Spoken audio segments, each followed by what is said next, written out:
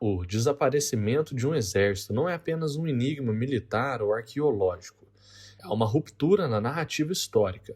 A história tolera derrotas, massacres e ruínas, mas abomina a ausência. Quando milhares de homens armados simplesmente deixam de existir no registro material, a historiografia encontra então seu limite, e a filosofia e as teorias começam a surgir. Em 524 a.C., o Império Aquemênida encontrava-se em seu ápice de expansão territorial e audácia ideológica. Cambises II, filho do sucessor Ciro o Grande, herdara não apenas o maior império que o mundo antigo já testemunhara, mas também a incômoda obrigação de superar a sombra de seu pai. A conquista do Egito havia sido consumada com a queda de Epênfis e a captura do faraó Psamético III. Todavia, a soberania sobre o Nilo revelou-se insuficiente para a ambição de um imperador que via o horizonte ocidental não como uma fronteira geográfica, mas um afronto à sua divindade. O alvo não era o reino tribal tradicional, mas o oásis de Siva, santuário do oráculo de Aemon, entidade que os gregos associavam a Zeus. O oráculo recusava-se a legitimar a dominação dos persas sobre as terras egípcias, prevendo a ruína do rei dos reis. Para Cambises, a desobediência de uma divindade local em um santuário isolado constituía uma fratura na integridade do seu próprio projeto cosmopolítico. A expedição não era meramente uma manobra tática de pacificação, mas um ato de subjugação teológico-militar. Segundo relatos de Heródoto em seu livro Histórias, livro 3, Cambises destacou seu exército principal uma força estimada de 50 mil homens. O contingente marchou de Tebas rumo ao oeste, alcançando o oásis de Karga, após 7 dias de caminhada por terras desconhecidas. A partir daquele ponto, a expedição adentrou o Grande Mar de Areia, um território onde as coordenadas da cartografia antiga deixavam de operar. O testemunho de Heródoto permanece como o principal e mais enigmático documento sobre a sorte das tropas persas.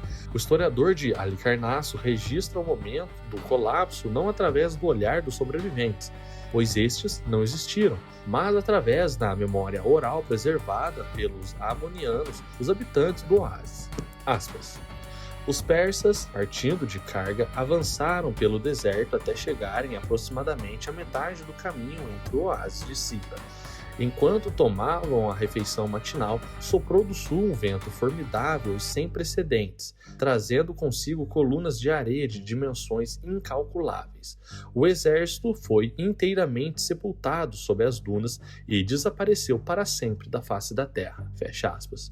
A narrativa herodotiana descreve o fenômeno conhecido como Khamsin ou Simon, uma tempestade de vento quente e seco capaz de alterar drasticamente a topografia do deserto em questão de horas. Rochas são cobertas, depressões são preenchidas e marcos visuais são desfeitos. 50 mil soldados, acompanhados de sua logística, animais de carga, armaduras de bronze, estandartes e suprimentos, foram tragados para a paisagem. A historiografia contemporânea examina a expedição de Cambises sobre a premissa e o prisma da dúvida metodológica e o rigor arqueológico dos historiadores e estudiosos do evento. A ausência prolongada de achados materiais significativos na região do Grande Mar de Areia levantou duas hipóteses centrais ao longo dos séculos.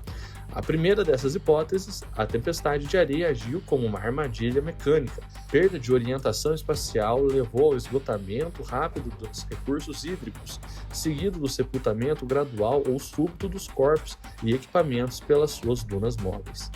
Uma outra hipótese é de que os historiadores, como Olaf Kapper, argumentam que o exército de Cambises pode ter sido emboscado e destruído por forças rebeldes egípcias, sob o comando do líder insurgente Petubastes III. Sob essa ótica, a narrativa do exército engolido pelo vento teria sido elaborada ou propagada pela propaganda persa posterior, especialmente sob Dário I, para apagar uma humilhante derrota militar e deslegitimar a revolta egípcia. O desaparecimento das forças de Cambises interpelada a história em um ponto mais vulnerável. O desaparecimento das forças de Cambises interpela a história em um ponto mais vulnerável: o registro material. A civilização humana constrói impérios através de pedra, ferro e de papiros, buscando legar ao corpo a prova de sua passagem. Contudo, o deserto opera sob uma lógica bem diferente. Ele não destrói a matéria, ele a oculta, assimilando a obra humana à própria imensidão homogênea. Aqueles 50 mil homens deixaram de ser sujeitos históricos para se tornarem uma abstração. A ausência de um campo de batalha com ossos expostos ou armas retorcidas transformadas em tragédia militar e enigma, na verdade se transformam aqui em um campo metafísico. O imperador pretendia subjugar o oráculo com a força do aço. O deserto, todavia, respondeu em silêncio. A historiografia diante do exército de Cambises deixa de ser uma ciência de demonstração, tornando-se uma disciplina de rastro, onde não há vestígio, ou arquivo, ou arquivos que falam, restando-nos apenas reflexões sobre a brevidade das estruturas de poder quando confrontadas com a indiferença da natureza.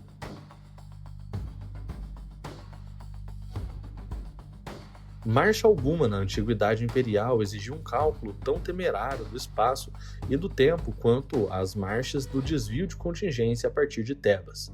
Movimentar 50 mil homens acompanhados de caravanas, bestas de carga, cozinheiros, ferreiros, animais e burocracia militar através de um deserto líbico não era apenas um desafio tático, mas uma aposta contra os limites biológicos da espécie humana e contra o histórico de todas as campanhas militares até então.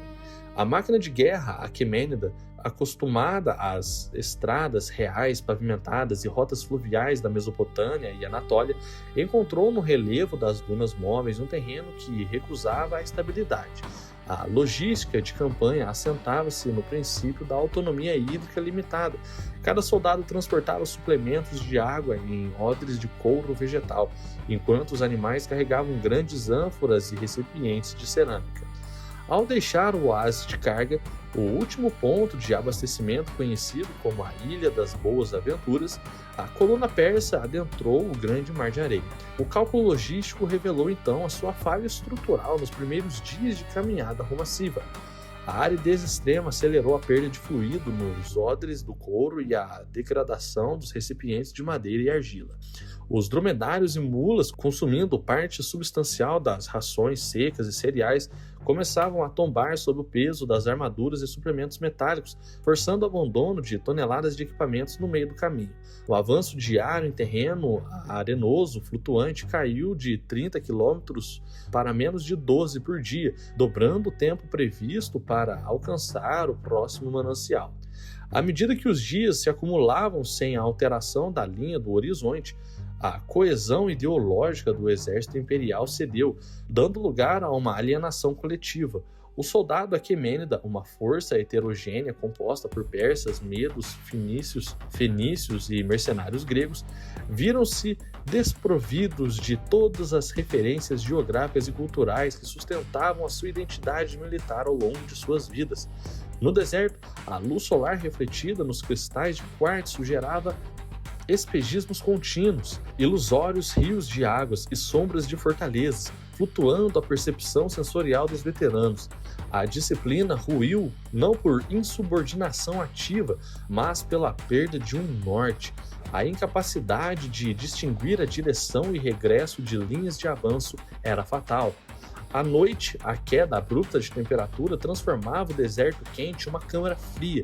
O silêncio absoluto do interior da Líbia agia como um agente desestruturador da psique coletiva, privando homens dos sons habituais dos acampamentos urbanos. Relatos indiretos da época sugerem que o desespero atingiu seu ápice quando os guias locais, possivelmente egípcios cooptados à força, desapareceram ou admitiram terem perdido os rastros dos postos intermediários. O exército já não marchava mais contra o inimigo, ele marchava contra si mesmo. A trajetória planejada encontrava então um grande problema. O Alto Egito, oásis ocidentais, através de uma rede de rotas de caravanas altamente estáveis, pareceu um grande leviatã.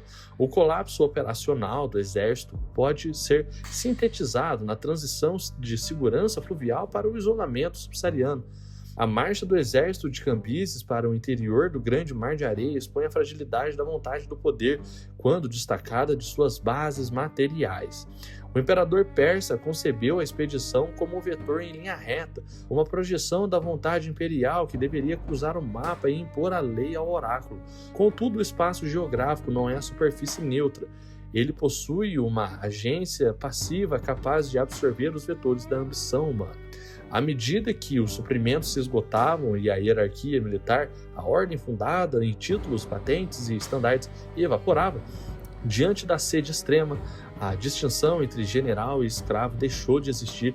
A armadura de bronze, símbolo de domínio tecnológico, Aquemênida transformou então em um fardo intolerável, um estigma metálico que acelerava a desidratação sob o sol do meio-dia. O avanço em direção ao nada representa então um momento em que a história deixa de ser escrita pela ação dos homens e passa a ser apagada pela escala do mundo natural. O exército de Cambises tornou-se então um exército sem sombra, uma massa de homens cujos passos deixaram de produzir história para tornarem-se pó, apenas pó.